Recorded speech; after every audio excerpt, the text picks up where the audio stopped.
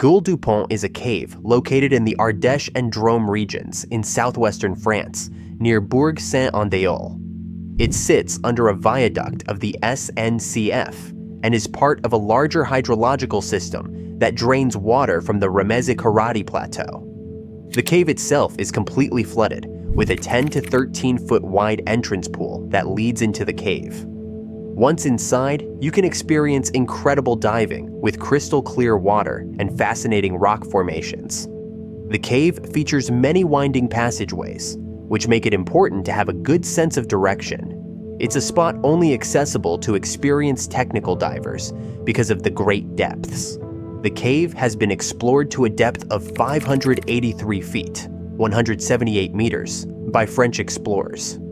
In late December 2000, a 42-year-old caving enthusiast named Wodek decided to learn cave diving himself. He signed up for a diving course, bought the necessary equipment, and despite promising his wife he wouldn't try cave diving, he joined an expedition in August 2001. This was led by Wiktor Bolek, one of Poland's top cave divers. Cave diving, like in Goul du Pont, can take divers to depths where they can explore completely submerged areas. The experience often involves squeezing through narrow, dark tunnels before emerging into vast underwater chambers. It's a thrilling way to explore the hidden world beneath us. Wodek's first big expedition took place in a resurgence in Romania, where he dived to a depth of 164 feet, 50 meters. He quickly fell in love with cave diving and worked hard to get as much training as possible. Wodek was highly self-motivated and didn't let small challenges stand in his way. He actually enjoyed the tough moments because they made the success feel even better. By 2005, Wodek had become one of Poland's top cave divers. Since he first started in August 2001, he'd completed many cave diving trips, both in Poland and abroad. He kept track of all his adventures on his Deep and High website.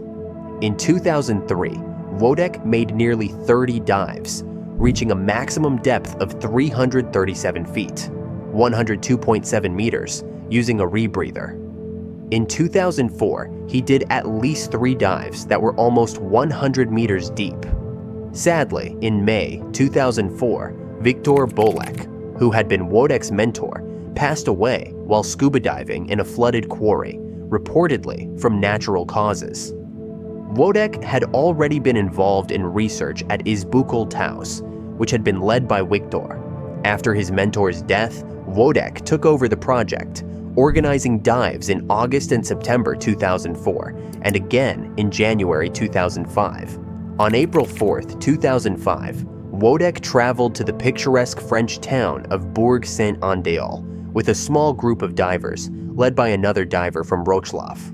French divers were already exploring the caves there, so it wasn't exactly an adventurous, unexplored spot.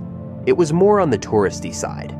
The following day, on April 5th around 9 p.m., Wodek dove for about 80 minutes, reaching a maximum depth of 30 feet in what was likely the Goul de la Tannerie cave. One of his dive computers recorded the dive. Wodek had a real love for technology. His passion for taking risks and his interest in electronics were well known among his peers. The Goul du Pont cave, located nearby the Goul de la Tannerie, was the next cave Wodek decided to explore. He thought this would be the perfect spot to break his depth record of 337 feet, 102.7 meters, which he had set back in 2003. On the morning of that April day, as Wodek prepared for his dive, the charming town of Bourg-Saint-Andéol was certainly an appealing place to be. For the dive, he would use his trusted Buddy Inspiration rebreather, a high-tech diving system, and breathe a special gas mix called Trimix, which is designed for deep dives. The Buddy Inspiration is a computer-controlled device and is a modern alternative to the older, more traditional diving gear, used by pioneers like Jacques Cousteau. Trimix is a gas mixture made up of oxygen, nitrogen, and helium, and it's often used in deep dives to help divers avoid nitrogen narcosis, a condition that can cause confusion and poor decision-making at great depths. It's a perfect example of how technology helps make extreme activities like cave diving safer. A rebreather, when used correctly, can help a diver stay underwater longer and do more challenging dives. That morning, Wodek's rebreather had a couple of small issues with moisture, likely leftover from a short dive the night before in the Goul de la Tannerie cave. But nothing serious. It wasn't enough to cause him any real concern or cancel the dive. The previous dive had also shown that the equipment was working just fine, so Wodek was confident that the dive at Goul du Pont would go as planned. On April 6, 2005, around 9:30 a.m., Wodek entered the sump pool at Goul du Pont and began his pre-dive checks. He attached two 10-liter cylinders, weighing around 15 kilograms each, to his harness. One cylinder was filled with a 1550 trimix, a special gas mixture, and the other with 40% nitrox, a mix of oxygen and nitrogen. If the rebreather failed while underwater, these cylinders would serve as a backup. The trimix was meant for the deeper parts of the cave, while the nitrox cylinder was for shallower depths. After completing his checks, Wodek dipped his head below the water to double-check everything on his rebreather. By 9:55 a.m., he was ready to go, planning to dive until 3 p.m. Rebreathers are incredible pieces of technology because they recycle the air you exhale, removing carbon dioxide and adding oxygen back in, which allows divers to stay underwater longer. It's like breathing in a sealed environment where the air is constantly refreshed. Wodek was wearing a lot of heavy gear that wasn't ideal for caves, where space is usually tight. The back-mounted rebreather had a hard, yellow shell, kind of like a turtle's back, which made it harder for him to fit through low parts of the cave. The side-mounted safety cylinders added to the challenge, making it difficult for him to move around in tight spaces. While this equipment works fine in open water, caves can be tricky with all the narrow and confined spots. Luckily, the Goul du Pont cave was spacious enough for Wodek's equipment, except for one small rocky section near the entrance, about 39 feet, 12 meters down. As he descended, Wodek focused on the cave's surroundings, but he also had a lot to keep track of. One of the most important tasks was keeping an eye on the oxygen content of the gas he was breathing. The rebreather's automated control system is supposed to keep the oxygen levels just right. But like any computer system, it has limits and can sometimes malfunction. That's why Wodek had to constantly monitor the readings. He also needed to manually adjust the amount of gas in the rebreather to balance the pressure from the gas and the surrounding water as he went deeper or came back up. If he didn't make these adjustments, breathing would become impossible, making it a crucial part of his dive. Wodek reached a flat passage after the rocky constriction, and the water was crystal clear that day. His helmet lights cut through the darkness, letting him see far into the cave's depths. Just 246 feet, 75 meters from the entrance, the cave took a sharp turn and dropped down at a depth of 59 feet. 18 meters. This is where the real challenge of the dive began. For anyone who's never been cave diving, you need to do more than just tilt your body down when you reach a drop like this. When diving, especially with a rebreather like the Buddy Inspiration, it's important to keep your body mostly horizontal in the water. The key to going down and coming back up is managing buoyancy. You lower your buoyancy to descend and increase it to rise. To go down, the diver deflates the buoyancy control device BCD attached to them. If you add air to the BCD, it makes you more buoyant and will help you float up.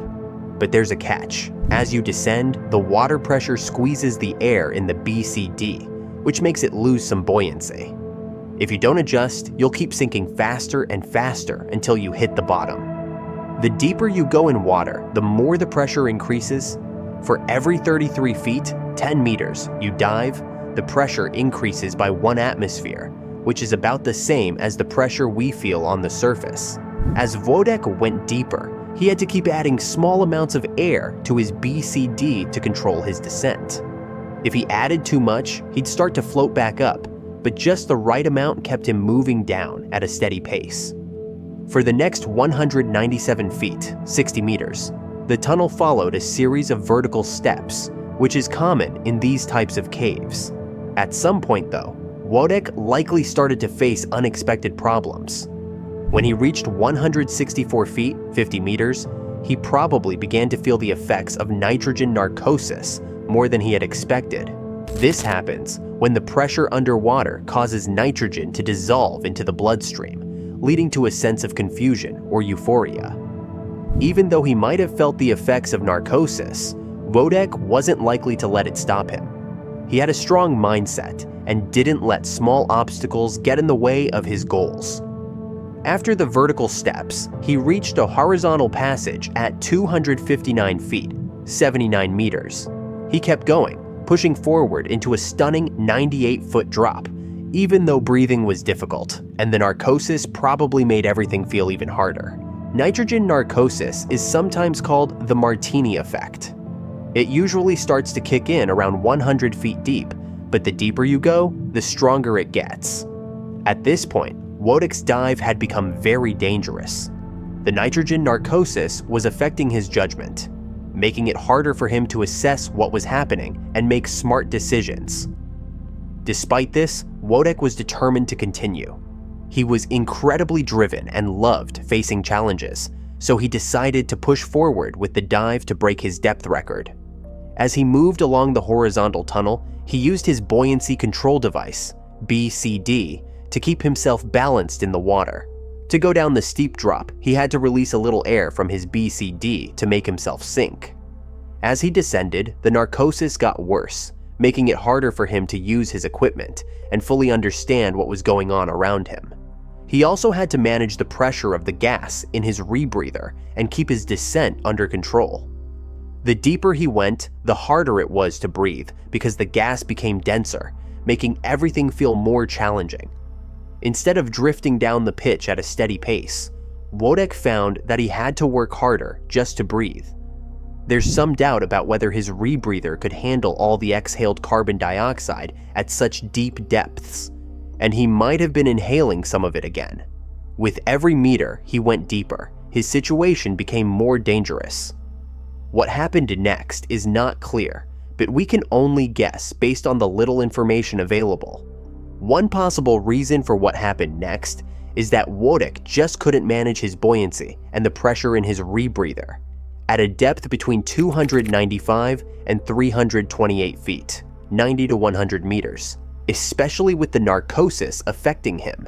He lost control and ended up falling down to a ledge at a depth of 344 feet, 105 meters.